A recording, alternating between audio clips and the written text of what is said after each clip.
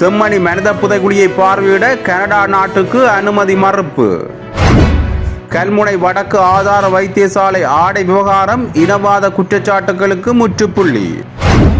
விடுதலை புலிகள் தொடர்பில் போலி தகவல் பரப்பியவர் ஜார்? பின்னணி குறித்து வெளியான திடுக்கிடும் தகவல்கள். தேர்தலுக்கு முன்னரே முதலமைச்சரானாரா அர்ச்சுனா எம்பி? தனது இறுதி நாடாளுமன்ற வாரத்தில் முஸ்லிம் மக்களுக்காக எடுத்துள்ள முடிவு. ஈஸ்டர் தாக்குதல் விசாரணை, விமல், திலித் உள்ளிட்ட 6 பேரின் கருத்துக்கள் அடங்கிய சிடிக்கள் சமர்ப்பிப்பு. கிரான் பாசிக்கிடம் நடத்தப்பட்ட விசாரணை, திடுக்கிடும் தகவல்கள் அம்பலம். வடக்கு கிழக்கு மக்கள் முகம் கொடுக்கும் சவால்கள், எதிர்க்கட்சித் தலைவர் அலுவலகத்தில் முக்கிய பேச்சு. இந்த ஆண்டின் இறுதியில் முதலாவது டிஜிட்டல் அடையாள அட்டை விநியோகம். குடிபுகு சான்றிதழ் முறைமை ஆளுநருக்கு பகிரங்க சவால் விடுத்த சாவகச்சேரி நகரசபை உறுப்பினர்.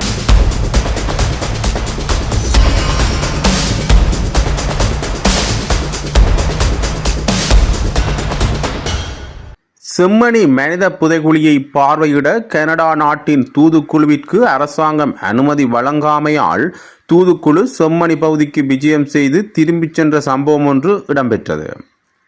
நேற்று மதியம் குறித்த சம்பவம் இடம்பெற்றதாக சட்டத்தரணி VS நிரஞ்சன் தெரிவித்தார். மேலும் தெரிவிக்கையில், நேற்று கனடா தூதுவராலய குழு இந்த களத்தை பார்வையிடுவதற்கு விஜயம் செய்தது. ஆனால் அவர்களுக்கான அனுமதி அரசாங்கத்தினால் வழங்கப்படாததினால் திரும்பிச் செல்ல வேண்டிய நிலை ஏற்பட்டது.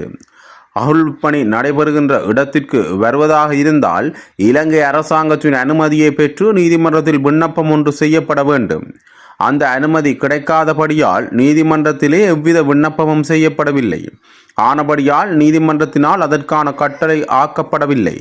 அரசாங்கத்தினால் அந்த விண்ணப்பம் அனுமதி வழங்கப்பட முடியாததால் அவர்கள் இந்த பிரதேசத்தை பார்வையிட முடியாது திரும்பிச் சென்றிருக்கின்றார்கள். எம்மால் இலங்கை அரசாங்கத்திடம் நிர்வாக ரீதியான துறைசார் அமைச்சரிடம் அனுமதி கேட்கப்பட்டது. எங்களுக்கான அனுமதி கிடைக்க காலதாமதம் ஏற்பட்டதால் நாங்கள் இந்த இடத்தின் வாயில் வரை வந்து பார்த்துவிட்டு போவதற்காக முயற்சி செய்தோம் என கனடா நாட்டின் தூதுக்குழுவினரால் எமக்கு தெரிவிக்கப்பட்டது என்றார். பல்வேறு நிகழ்வுகளில் பங்கேற்பதற்காக கனடா நாட்டின் இலங்கை மற்றும் மாலைதீவுக்கான தூதுவர் இசபெல்லா மார்டின் உள்ளிட்ட உயர்மட்ட தூதுக்குழுவினர் யாழ்ப்பாணத்திற்கு விஜயம் செய்துள்ளமை குறிப்பிடத்தக்கது.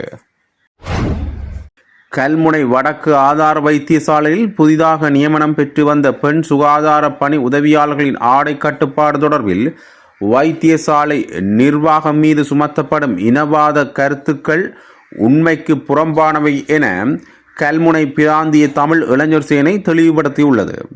விசேட செய்தியாளர் சந்திப்பில் அமைப்பின் பிரதிநிதிகளான பிரதீபன், பிரகாஷ், நாகராஜா, சனாதனன் மற்றும் திலோஜன் ஆகியோர் கலந்து கொண்டனர். இதில் கருத்து தெரிவிக்கும் போதே அவர்கள் இந்த தகவலை வெளியிட்டுள்ளனர். இது தொடர்பில் மேலும் கருத்து தெரிவித்த அவர்கள், கடந்த ஆகஸ்ட் 6 சுகாதார அமைச்சினால் நியமனம் வழங்கப்பட்ட 9 இஸ்லாமிய பெண் சுகாதார பணி உதவியாளர்கள் தமது கலாசார ஆடையுடன் கடமையேற்க வந்திருந்தனர். இதன்போது அரச நிர்வகிப்பு மற்றும் சுகாதார அமைச்சின் சுற்று நிறுவனங்களுக்கு அமைவான சீருடையே அணிய வேண்டும் என வைத்தியசாலை நிர்வாகம் சுட்டிக்காட்டியதுடன் ஆரம்ப கட்டமாக அன்றைய தினம் அதே ஆடையுடன் கடமையாற்ற அனுமதித்தது. சுற்று நிறுவனத்தின் படியான சீருடையை அணிந்து வருவதாக கூறி அவகாசம் பெற்றிருந்த போதிலும் கடந்த 10 5 பேர் மீண்டும் சுற்று நிறுவனத்தை மீறிய ஆடையுடன் வருகை தந்தனர். இதனை அனுமதிக்க முடியாது என நிர்வாகம் தெரிவித்த நிலையிலேயே வெளியே உள்ள சிலர் இச்சம்பவத்திற்கு இனவாத முத்திரை குத்தி போலி பிரச்சாரங்களை முன்னெடுத்து வருகின்றனர். சமூக வலைத்தளங்களில் பரப்பப்படும் 2019 6ஆம் மாதம் 26 13/2019 மற்றும் 2022 9ஆம் மாதம் 27 5/2022 ஆகிய சுற்றறிக்கைகள் 2022 11ஆம் மாதம் 28 அரசாங்கத்தினால் முற்றாக ரத்து செய்யப்பட்டுவிட்டன. தற்போது 1989 2ஆம் மாதம் 1ஆம் தேதிய 889 இலக்க அரச சுற்று நிறுவனம் மட்டுமே நடைமுறையில் உள்ளது. அதன் அடிப்படையிலேயே வைத்தியசாலை நிர்வாகம் சட்டபூர்வமாக செயல்பட்டுள்ளது. பாதிக்கப்பட்டதாக கருதும் தரப்பினர் மனித உரிமைகள் ஆணைக்குழுவை நாடியுள்ள நிலையில் இச்சம்பவத்தை வைத்து சமூக வலைத்தளங்கள், ஊடகங்கள் மற்றும் சில அரசியல்வாதிகள் தேவையற்ற இன முரண்பாடுகளை தோற்றுவிக்க முயல்கின்றனர். பொய்யான பிரசாரங்களை மேற்கொண்டு கலவரத்தை தூண்ட முற்படும் நபர்கள் மீது குற்றப்புலனாய்வு திணைக்களமும் பாதுகாப்பு தரப்பினரும் உடனடி நடவடிக்கை எடுக்க வேண்டும். இனவாத கருத்துக்களை பரப்புவோருக்கு எதிராக விரைவில் காவல் நிலையங்களில் உத்தியோகபூர்வ முறைப்பாடு பதிவு செய்யப்படும் என தெரிவித்துள்ளனர். கிளிநொச்சியில் விடுதலை புலிகள் அமைப்பின் பயிற்சி முகாம் ஒன்று செயல்பட்டு வருவதாக போலியான தகவல் பரப்பிய நபர் பல்வேறு பெயர்களில் தோன்றிய சங்கீத் டயசேகர என தெரிய வந்துள்ளதாக சிங்கள ஊடகம் ஒன்று செய்தி வெளியிட்டுள்ளது. குறித்த நபர் கடந்த காலங்களில் ஷிராந்தி ராஜபக்சவின் தனிப்பட்ட மருத்துவராகவும் செயல்பட்டுள்ளதாக தெரிய வந்துள்ளது. விடுதலை புலிகள் அமைப்பு தொடர்பாக கருத்துக்கள் குறித்து வாக்குமூலம் பெறுவதற்காக குறித்த நபர் குற்றப்புலனாய்வு திணைக்களத்துக்கு அழைக்கப்பட்டிருந்த நிலையில் நேற்றைய தினம் கைது செய்யப்பட்டார். இந்த நிலையில் அமைச்சரவை முடிவுகளை அறிவிக்கும் ஊடகவியலாளர் சந்திப்பில் இது குறித்து எழுப்பப்பட்ட கேள்வியின் போது பளை பகுதியில் அனுமதியற்ற முறையில் பயிற்சிகை நிலம் ஒன்று பேணப்பட்டு வருவது தொடர்பில் தகவல் வெளியாகியுள்ளது. உதயகம்மன்பில, விமல் வீரவன்ச, சரத் வீரசேகர உள்ளிட்ட ராஜபக்ச குடும்பத்தின் பிரசாரர்களே விடுதலை புலிகள் அமைப்பு தொடர்பான இவ்வாறான பொய் பிரச்சாரங்களை முன்னெடுத்ததில் முன்னணியில் இருந்தனர். தற்போது அந்த பிரச்சாரங்களை வேறு வடிவில் கண்டங்களுக்கு இடையிலான மனித உரிமைகள் ஆணையகத்தின் நிறைவேற்று பணிப்பாளர் என கூறிக்கொள்ளும் சங்கீத் டயசேகர போன்ற நபர்கள் முன்னெடுத்து வருவதாக தெரிவிக்கப்படுகின்றது. குறித்த நபர் ஷிராந்தி ராஜபக்சவின் மருத்துவராக தன்னை அடையாளப்படுத்திக் கொண்ட காலத்தில் ராஜபக்ச குடும்பத்தினருடன் இணைந்து மேற்கொண்ட செயல்பாடுகள் குறித்தும் புலனாய்வாளர்களின் விசேட கவனம் செலுத்தப்பட்டுள்ளது.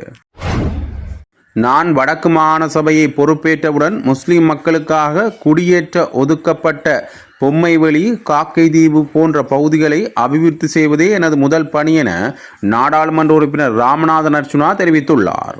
நாடாளுமன்றத்தில் நேற்றைய தினம் இடம்பெற்ற அமர்வின் போதே அவர் மேற்கண்டவாறு குறிப்பிட்டுள்ளார். தொடர்ந்து தெரிவிக்கையில், கிழக்கு மாகாணத்தில் உள்ள முஸ்லிம் மக்களின் அடிப்படை உரிமை தொடர்பில் இங்கு பேச வேண்டியுள்ளது. ஒரு இனத்தை இன்னொரு இனம் அடக்கினால் அந்த அடக்கும் இனத்திலிருந்து ஒருவன் அதற்கு எதிராக கதைக்காது விட்டால் இந்த நாட்டில் இருந்து இனவாதத்தை ஒழிக்க முடியாது.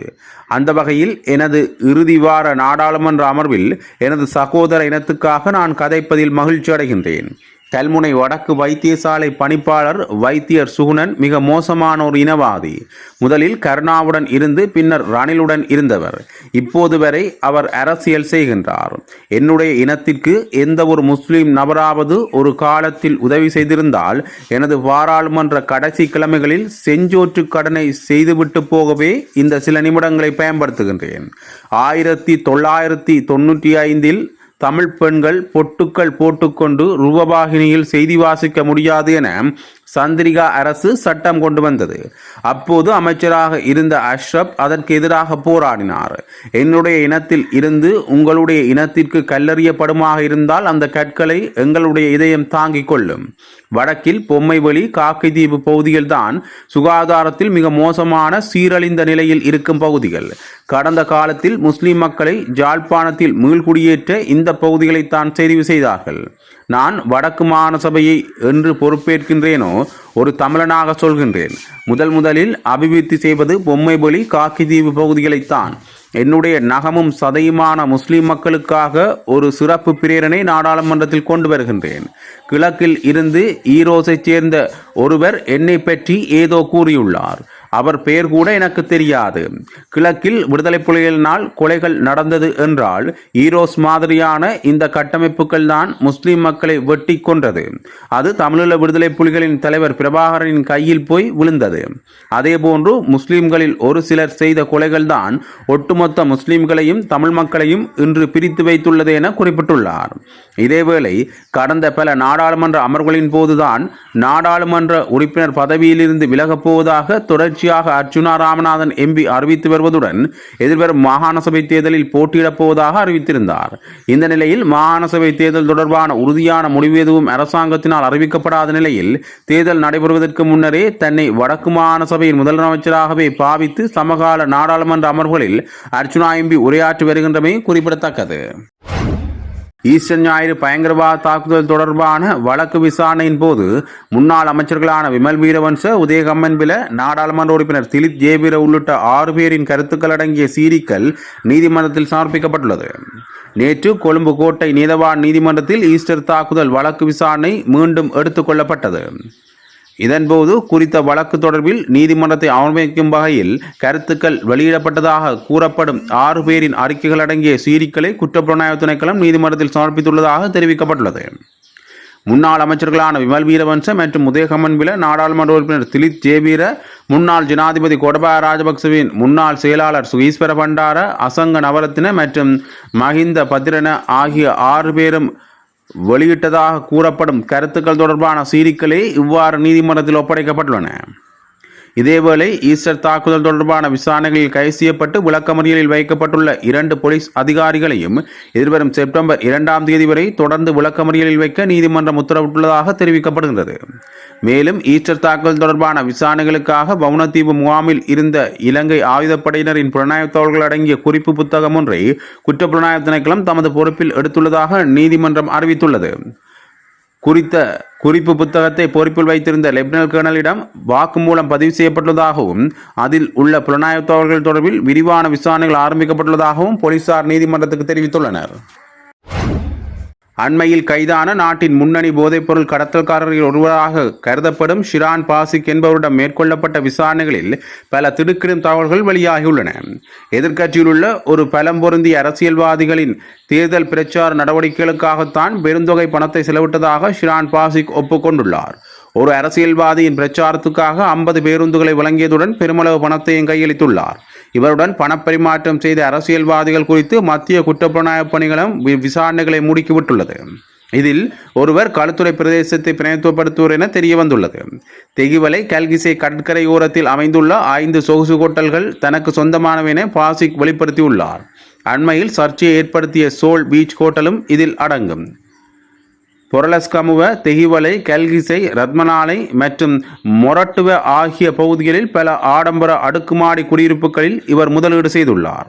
போதைப்பொருள் வியாபாரம் மூலம் ஈட்டிய சட்டவிரோத பணத்தை சட்டபூர்வமான பணமாக மாற்றுவதற்காகவே இவர் இந்த வியாபாரங்களில் முதலீடு செய்துள்ளார். கடற்கரையோர ஹோட்டல்கள் பிற நபர்களின் பெயர்களிலேயே நடத்தப்பட்டுள்ளது.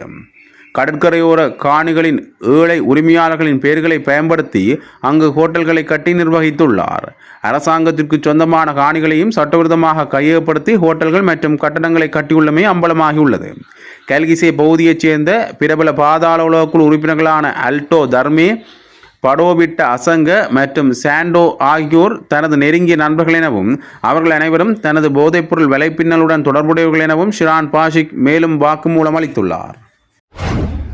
எதிர்க்கட்சித் தலைவர் சயித் பிரேமதாச நேற்று புதன்கிழமை நாடாளுமன்றத்தில் அமைந்துள்ள எதிர்க்கட்சித் தலைவர் அலுவலகத்தில் எதிர்க்கட்சிகளை பிரதிநிதித்துவப்படுத்தும் தமிழ் மற்றும் முஸ்லிம் நாடாளுமன்ற உறுப்பினர்களை சந்தித்து கலந்துரையாடினார். இந்த சந்திப்பின் போது வடக்கு மற்றும் கிழக்கு மாகாண மக்கள் எதிர்கொள்ளும் பிரச்சனைகள் குறித்து விரிவாக கவனத்தில் எடுத்துக் கொள்ளப்பட்டன. குறிப்பாக இம்மாகாண மக்களின் அன்றாட வாழ்க்கையை பாதிக்கும் சமூக, பொருளாதார மற்றும் அபிவிருத்தி பிரச்சனைகள் மற்றும் அவர்கள் எதிர்கொள்ளும் பிராந்திய மட்ட பிரச்சனைகள் தொடர்பில் நாடாளுமன்ற உறுப்பினர்கள் எதிர்க்கட்சித் தலைவரிடம் கொண்டு வந்தனர். மேலும் வடக்கு மற்றும் கிழக்கு மாகாண மக்களின் பிரச்சனைகளை நாடாளுமன்றத்தில் பரந்தளவில் முன்வைப்பது மற்றும் அவற்றுக்கான அவசியமான அரசியல் மற்றும் சமூக தலையீடுகளை செய்வது தொடர்பாக இந்த சந்திப்பில் விசேட கவனம் செலுத்தப்பட்டது. இந்த நிகழ்வில் MLM Hizbullah, MSA Wasith, MDM Thahir, Thurairasa Ravikaran, Imran Mahroof, MS உதுவாமலைப்பை, ரபு ஹகீம், வைத்தியர் ராமநாதன் அர்ச்சுனா, ஜனாதிபதி சட்டத்தன் நிசாம் காரியப்பர், காதர் மஸ்தான், செல்வம் அடைக்கல்நாதன், மனோ கணேசன் உள்ளிட்ட பல நாடாளுமன்ற உறுப்பினர்கள் கலந்து கொண்டனர். அரசாங்கத்தின் டிஜிட்டல் பரிமாற்ற செயலாக்கத்திற்கு வலுவான பங்களிப்பை வழங்கும் வகையில் தகவல் தொழில்நுட்ப சேவையை நாடளாவிய சேவையாக நிறுவுவதில் கவனம் செலுத்துமாறு அதிகாரிகளுக்கு ஜனாதிபதி அனுரகுமார திசாநாயக்க அறிவுறுத்தல் வழங்கியுள்ளார். ஜனாதிபதி அலுவலகத்தில் நேற்று நடைபெற்ற டிஜிட்டல் பொருளாதார அமைச்சின் 2026ஆம் ஆண்டுக்கான திட்டங்கள் மற்றும் வேலை திட்டங்களின் முன்னேற்ற மீளாய்வு கூட்டத்தில் கலந்து கொண்ட போதே ஜனாதிபதி இந்த அறிவுறுத்தல்களை வழங்கினார். 2030ஆம் ஆண்டளவில் இலங்கை டிஜிட்டல் பொருளாதாரத்தை 30 பில்லியன் டாலர்களாக உயர்த்தும் அரசாங்கத்தின் திட்டத்தின் கீழ் டிஜிட்டல் பொருளாதார அமைச்சு மற்றும் அதன் கீழ் உள்ள நிறுவனங்களால் தற்போது செயல்படுத்தப்பட்டு வரும் வேலை திட்டங்களின் முன்னேற்றம் குறித்து இதன்போது விரிவாக ஆராயப்பட்டது. அதன்படி ஆட்பதிவு திணைக்களம், இலங்கை தொலைத்தொடர்பு ஒழுங்குபடுத்தல் ஆணைக்குழு, இலங்கை கணினி அவசர பதிலளிப்பு பிரிவு, தரவு பாதுகாப்பு அதிகார சபை, கவர்மெண்ட் டெக் நிறுவனம், இலங்கை டெலிகாம் மொபிட்டல் நிறுவனம், கொழும்பு தாமரை கோபுரம் நிர்வாக நிறுவனம் உள்ளிட்ட நிறுவனங்களின் கீழ் செயல்படுத்தப்படும் திட்டங்களின் முன்னேற்றம் மற்றும் தொலைக்காட்சி நிகழ்ச்சிகள், டிஜிட்டல் மயமாக்கல் திட்டம் உள்ளிட்ட திட்டங்களின் செயல்பாடு மற்றும் முன்னேற்றம் குறித்து தனித்தனியாக ஆராயப்பட்டது. இந்த ஆண்டின் இறுதியில் டிஜிட்டல் அடையாள அட்டையை வெளியிடுவது தொடர்பான செயல்பாடுகளின் முன்னேற்றம் குறித்து ஜனாதிபதி வினவியதுடன் அதற்கான நடவடிக்கைகள் தற்போது மேற்கொள்ளப்பட்டு வருவதாகவும், முதலாவது டிஜிட்டல் அடையாள அட்டையை இந்த ஆண்டின் இறுதியில் வெளியிட திட்டமிட்டுள்ளதாகவும் அமைச்சின் அதிகாரிகள் சுட்டிக்காட்டினர். பொதுமக்கள் அரசாங்கத்துடன் மேற்கொள்ளும் அனைத்து நிதி பரிவர்த்தனைகளையும் மிகவும் செயல்திறனாகவும் எளிதாகவும் மாற்றுவதற்காக அறிமுகப்படுத்தப்பட்டுள்ள கவர்மெண்ட் பே வேலை திட்டத்தின் தற்போதைய முன்னேற்றம் குறித்தும் மீளாய்வு செய்யப்பட்டது. குடிபுகு சான்றிதழ் முறைமையை நடைமுறைப்படுத்தினால் உள்ளூராட்சி மன்றங்களுக்கு பாரிய வருமான இழப்பு ஏற்படும் என்றும், இந்த விடயத்தில் வடமாகாண ஆளுநர் தவறாக நடத்தப்படுகின்றார் என்றும் குற்றம் சாட்டப்பட்டுள்ளது. சாவகச்சேரி நகரசபையின் முன்னாள் உபதவிசாளரும் உறுப்பினருமான ஞானப்பிரகாசம் கிஷோர் வழங்கிய ஊடகவியலாளர் சந்திப்பிலேயே இந்த குற்றச்சாட்டு முன்வைக்கப்பட்டுள்ளது. நாங்கள் இந்த நாட்டினுடைய நீதித்துறை மீது பாரிய நம்பிக்கை வைத்திருக்கின்றோம். இந்த கட்டளைக்கு எதிராக நாங்கள் மேன்முறையீட்டு நீதிமன்றத்திலே ஒரு வழக்கொன்றை தாக்கல் செய்ய உள்ளோம் உடனடியாகவே. ஆகவே எங்களுக்கான இந்த தீர்ப்பின் மூலம் எங்களுடைய நாங்கள் எதிர்பார்த்த விடயம் நடந்துவிடவில்லை என்று நாங்கள் சோர்ந்து போகவில்லை. இந்த நாட்டினுடைய நீதித்துறை மீது எங்களுக்கு முழுமையான நம்பிக்கை இருக்கின்றது. ஆகவே மேன்முறையீட்டு நீதிமன்றம் எங்களுக்கு தகுந்த ஒரு தீர்ப்பை வழங்கும் என்ற நம்பிக்கையிலே நாங்கள் மேன்முறையீடு நீதிமன்றத்துக்கு செல்கின்றோம். ஆகவே வடக்கு மாகாண ஆளுநர் வெளியிட்டுள்ள அந்த வர்த்தமானி தொடர்பாக அவர் ஏன் என்னை பதவி நிற்கின்றார் என்பது தொடர்பாக மக்களுக்கு போதிய விளக்கம் இருக்கின்றது.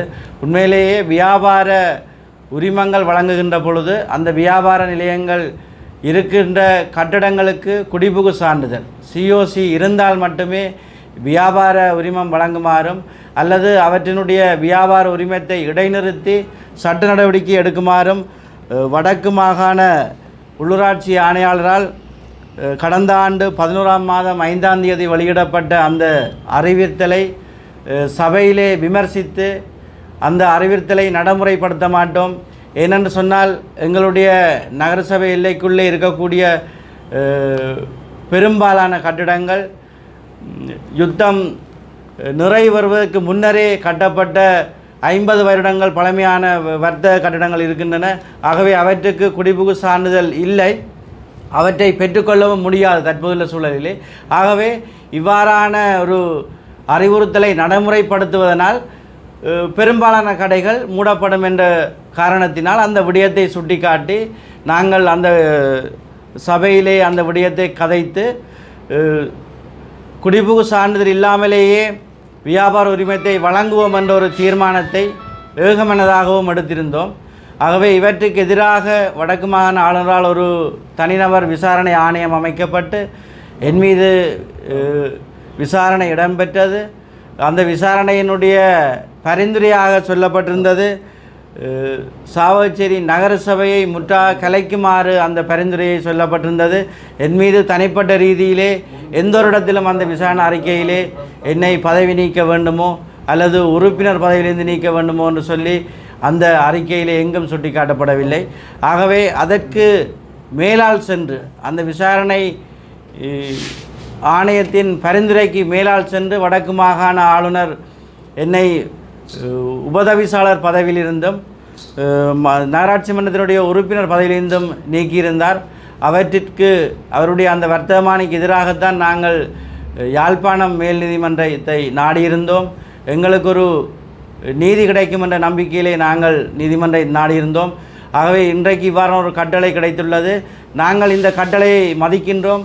இந்த கட்டளைக்கு நீதிமன்ற கௌரவ மன்று வழங்கிய கட்டளைக்கு எதிராக மேன்முறையீட்டு நீதிமன்றத்திலே நாங்கள் ஒரு வழக்கை தாக்கல் செய்ய உள்ளோம். வடக்கு மாகாண ஆளுநர் அந்த தெரிவித்த கருத்துக்கள் தொடர்பாக நானும் முகநூல்களிலே பார்த்தேன். அவர் தனிநபரையோ அல்லது தனிப்பட்ட கட்சியையோ பழிவாங்க நடவடிக்கை இல்லை என்று அறிகின்றோம். ஆனால் அண்மையிலே எங்களுடைய முன்னாள் பாராளுமன்ற உறுப்பினர், எங்களுடைய கட்சியினுடைய தலைவர் மதிப்பார்ந்த தர்மலிங்கம் சித்தார்த்தன் அவர்கள் ஒரு ஊடக நிறுவனத்தினுடைய பேட்டியிலே தெரிவித்திருந்தார். அவர் கைது செய்யப்பட்டு 2009ஆம் ஆண்டு யுத்தம் நிறைவடைந்த பிற்பாடு கைது செய்யப்பட்டு பயங்கரவாத தடயத்திலே கைது செய்யப்பட்டு சிறை வைக்கப்பட்டிருந்த பொழுது அவருடைய தந்தையார், நான் நினைக்கின்றேன் மதிப்பார்ந்த பண்டிதர் வேதநாயகம், அவர் பண்டிதர் நாகலிங்கம் அவர்கள் எங்களுடைய தலைவரிடம் அவருடைய மகனை விடுதலை செய்வதற்கு முயற்சி எடுக்குமாறு கோரியிருந்தார். அதனால் அவர் தான் அன்றைய ஜனாதிபதியாக இருந்த மஹிந்த ராஜபக்சனுடன் கதைத்து 3 நாட்களில் அவர் விடுதலை செய்யப்பட்டதாக அறிந்திருந்தோம். அவர் அந்த செவியிலே தெரிவித்திருந்தார். அந்த நன்றி கூட இல்லாதவர் அதற்கு பிற்பாடு எங்களுக்கு தெரியும், பாராளுமன்ற நல்லாட்சி அரசாங்க காலத்திலே பாராளுமன்ற உறுப்பினராக எங்களுடைய தலைவர் சித்தார்த்தன் அவர்கள் இருந்த பொழுது சுன்னாகம் தபால் நிலைய கட்டடம் அமைப்பதற்காக ஒரு நிதியை அவர் வழங்கியிருந்தார். அதனையும் விட இணுவில் உலக பெருமஞ்சம் இருக்கின்ற இணுவில் கந்தசாமி கோயிலுக்கான அந்த பெருமஞ்ச வீதியை புனரமைப்பதற்காக ஒரு தொகுதி நிதியை வழங்கியிருந்தார்.